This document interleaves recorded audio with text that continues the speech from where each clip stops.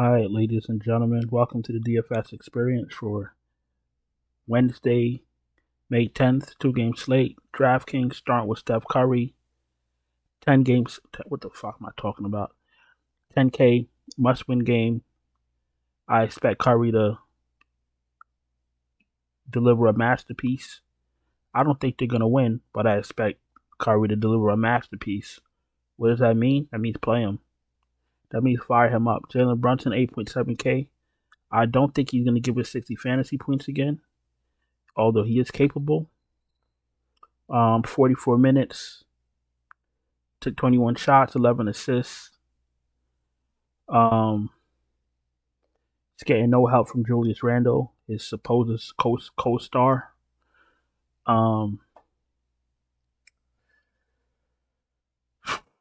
8,700. If you can make it work in your lineup construction, you can fire him up. It's tough to play Brunson on the slate with Curry and AD, but if you can make it work in your lineup, fire him up. D'Angelo Russell, streaky. He had a down game last game. Maybe this is his up game. If you think he catches fire this game, you fire him up. If you think that's how this game is gonna go, that's how then you play him. If you think he's gonna be cold again, then you don't play him. Always have a mental breakdown of how you think the game is gonna go, and then play the players to reflect that. I say it every video because if you actually start to do it, you'll win. You'll be more effective. Austin Reeves, another guy. Listen, the thing with the Lakers, besides their two top dogs, is that all of their other guys are very capable. Everyone except Vanderbilt they could get their own shot. They could get hot for the three. They could create opportunities for other players as far as initiating offenses. Austin Reeves can initiate offense. Russell can initiate offense. AD, Braun, Schroeder. You got 5-6 guys that can initiate the offense.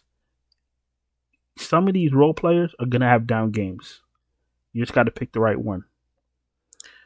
Austin Reeves is in play, but it's all about it. All depends. It all comes down to lineup construction. Kyle Lowry is absolutely in play. If this game is close, Kyle Lowry will play the whole fourth quarter next to Jimmy Butler and Bam Adebayo. Maybe with Strus and maybe Caleb Martin, one other player, maybe Kevin Love, but Lowry, Bam, Jimmy Butler, absolutely playing the entire fourth quarter. Fire up Kyle Lowry. I don't need Gabe Vincent. He's not hitting shots and his minutes are coming down. Bad sign. Emmanuel Quickly, I don't need him. I don't need him. With Brunson healthy and playing, Quickly's not going to give me what I need. Quickly needs the ball in his hands. Jordan Poole, I could go on an hour about Jordan Poole. I've been warning you guys about Jordan Poole for months and weeks and months. And I've been telling you he's not a good fit. I've been telling you he's not going along with the program. Now everything's starting to fall apart. You're starting to hear things. I'm not going to get into that right now. Nobody got time for that. That's their business. But can you play Jordan Poole on the slate? You probably could. 4,500. Usually when players like this are under a microscope and it looks very bad for them, they usually come out and have a very good game. This is a must-win game for the Warriors, and they need his offense. Where else are they going to get it from? Clay is streaky. You're going to get it from Andrew Wiggins, who he's come back like the ghost of Andrew Wiggins. This ain't the same guy that we used to know. You're not going to get it from Draymond. Who are you going to get it from? DiVincenzo? So they need Jordan Poole to win to at least win another game. I hate to say this. Fire up Jordan Poole. Schroeder's in play.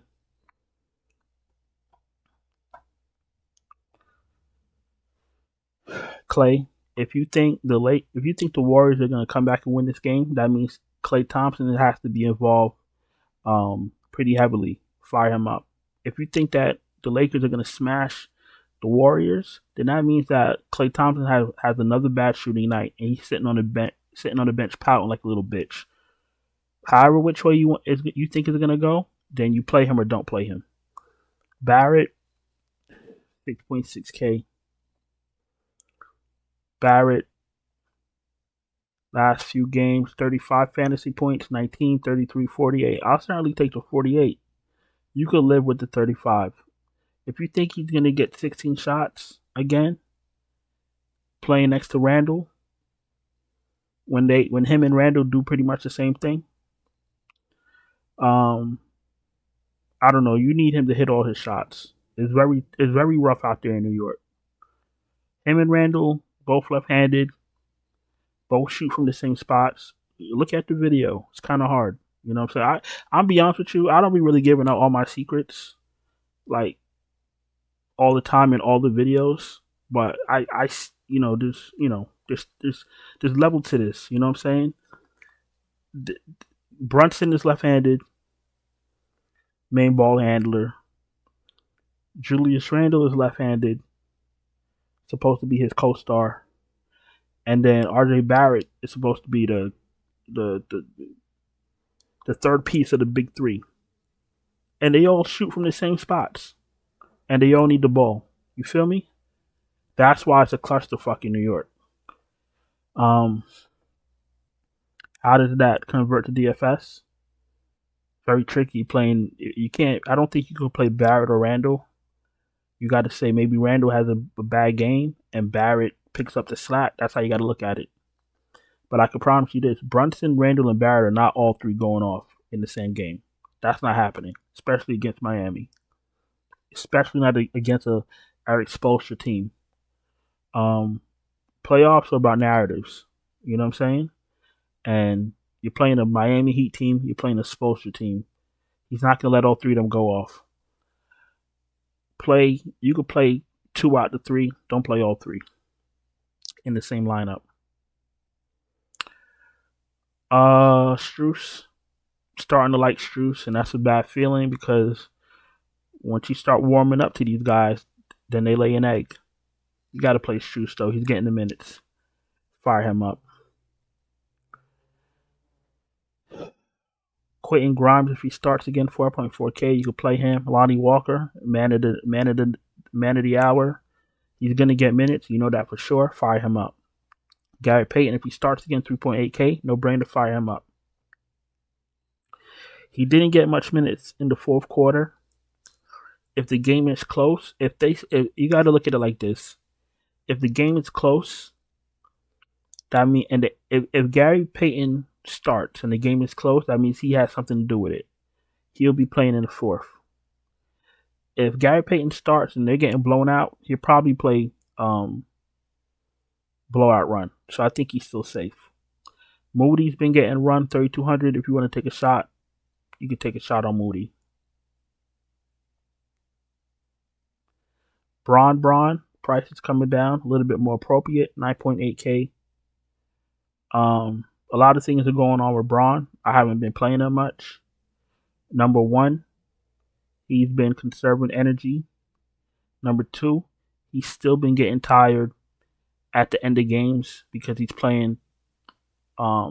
He's exerting a lot of energy on defense, so he's made himself a two-way player again at the expense of his offense. Number 3, he's still hurt. His foot is still messed up. So those are 3 things that's going on with LeBron James. These things you got to know if you're going to be spending 9.8K on him in fantasy. DFS is about information and prediction. I have some information on LeBron James that shows why he's playing the way he's playing. But now we have to ask ourselves, can we pay 9.8K for him? You're looking for like 60 fantasy points. I'd rather just go to AD because I know the upside is there. Or I'd rather just go to Butler. Butler doesn't have the help LeBron has, and he has to do everything for himself. And if this New York game, Miami game is close, Butler's going to take every shot in the fourth quarter. He's going to be involved on every play. He's either going to pass or assist on every single play in the fourth quarter. Try to play players that in a close game will be in the game in the fourth quarter or overtime. You'll see a big difference in your fantasy score. Andrew Wiggins, the ghost of Andrew, whoever the fuck he is, 6.4K is a hefty price for a sometime-ish player. Depending on lineup construction, you might have to play him. But if you can avoid him, he won't kill you. He's not going to break the slate. Josh Hart, if he doesn't start, I wouldn't play him. I would expect a repeat of what happened last game. 22 points, 5 fantasy points. If you pay 5.8K for Josh Hart and he gives you 5.5 fantasy points, it's going to be an early night. You feel me?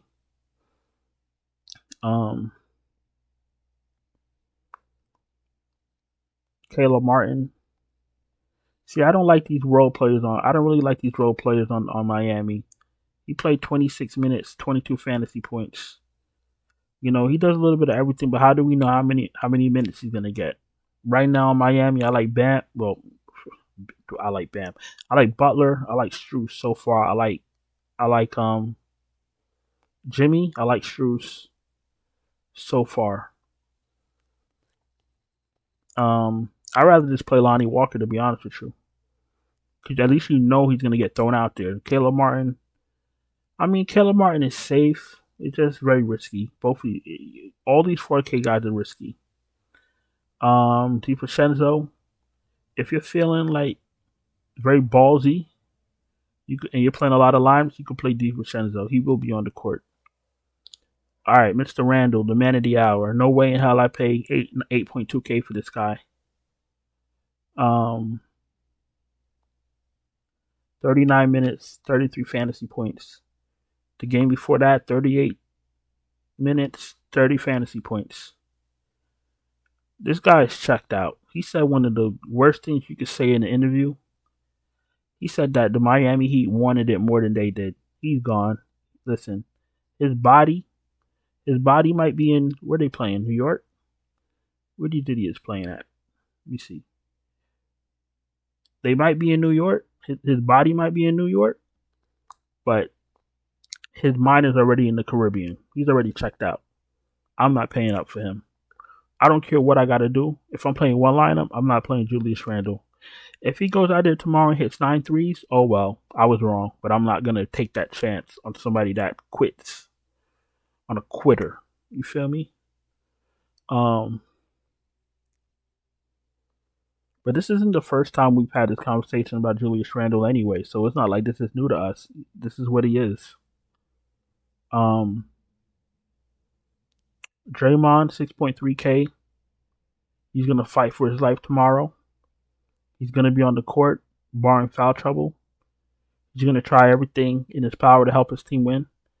I'll be honest with you, the Warriors don't have the horses. They just don't have the horses to keep up with the Lakers. He's going to try, though. You can play him. Kevin Love, 4.7. Depending on lineup construction, you can play him. Vanderbilt, if you have to, 3.9. You can play him. I think Hachimura is unplayable unless it's a blowout, but we don't know that, and we don't play for blowouts. Unless you're playing a lot of lineups, you got money to blow. Like our friend a couple days ago that was mad I didn't recommend Landry Shamet. So if Rui happens to get in the game tomorrow and hits 45 threes, don't jump in my chat. Listen, Rui, they have better matchups. The Lakers have better matchups for this series. That's why Rui's been sitting, if anybody's wondering. It's no big deal.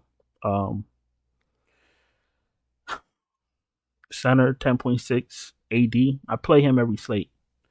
You got a 10.6.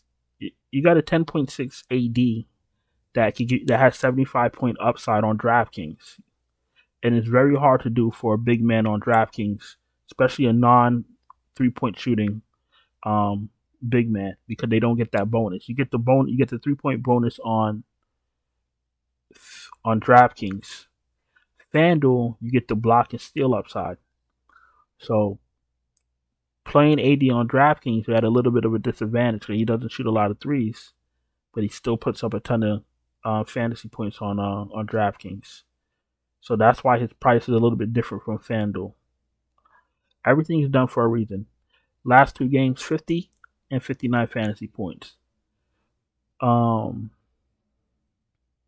You got to fire up AD, especially on a slate like this when there's no other center in his spectrum. Bam, 7.6. Only because of his salary, you could take a shot. I'm not interested in Mitchell Robinson. Obviously not interested in Kevon Looney unless they start him again, which they might do. I have a feeling they might do that again, go back to Kevon Looney. Like, what else you going to do? Hartenstein, I can never get right, but he is in play.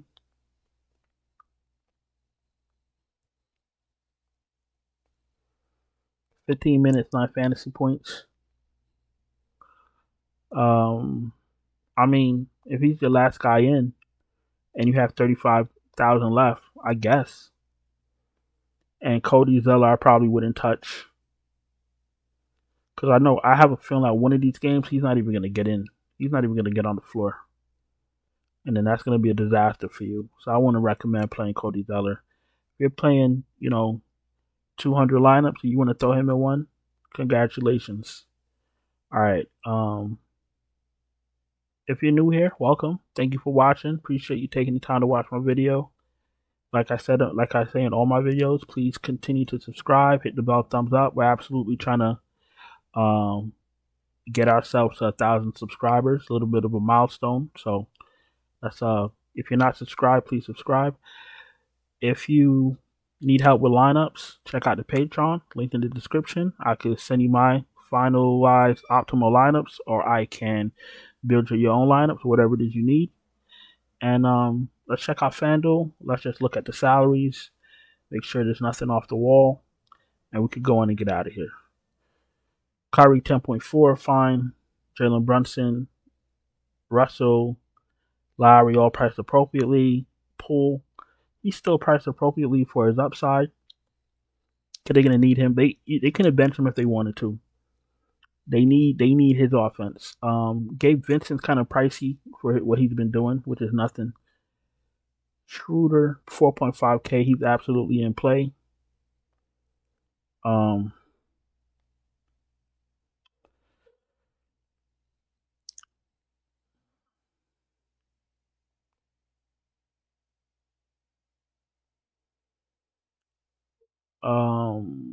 Barrett, I guess. What the? Hold on a second.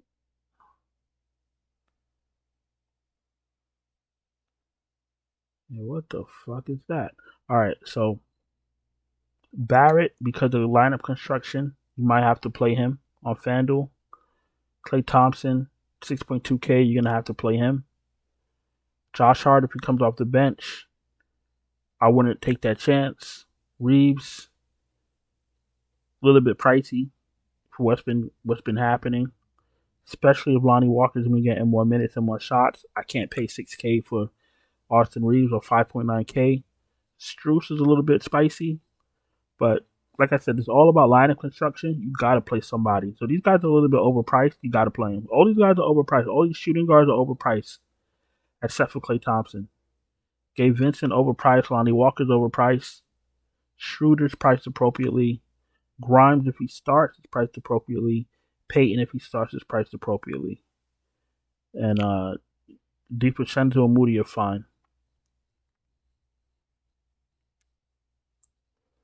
Jimmy, he's priced appropriately.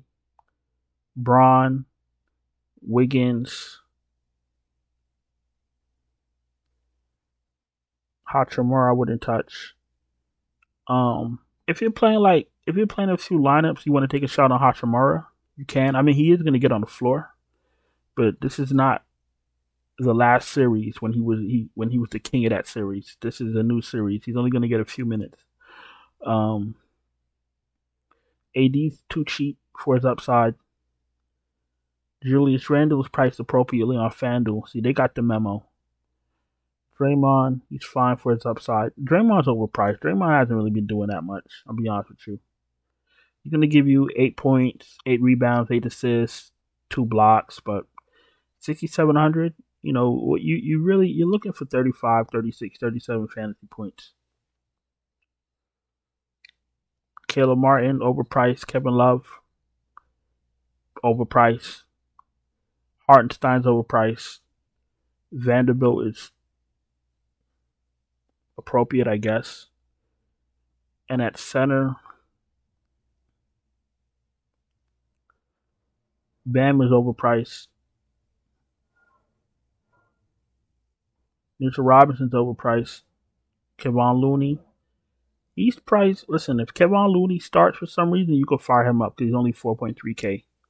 I'm gonna tell you this: if Kevon Looney starts for some reason, he'll hit value in the first quarter. But they're probably listen. Steve Kerr is overrated, and I'm gonna end it. I'm gonna tell you why he's overrated, and I'm gonna end the video. You need to run a play for your last play of the game because you're down 1 or 2 or whatever it is, and you run a play named after the head coach of the opposing team. What is wrong with you? Everybody on the other team knew they was running that play. That's why what happened. But that's how you would. No, whatever. I'm out of here. This is getting me mad. I'm gonna go in and get out of here. I really appreciate you guys for watching. Don't forget to subscribe if you're not subscribed. Hit the bell, thumbs up. Check out the Patreon if you need help with lineups. Hope you had a profitable night. And I'm going to catch you guys in the next one. Ciao.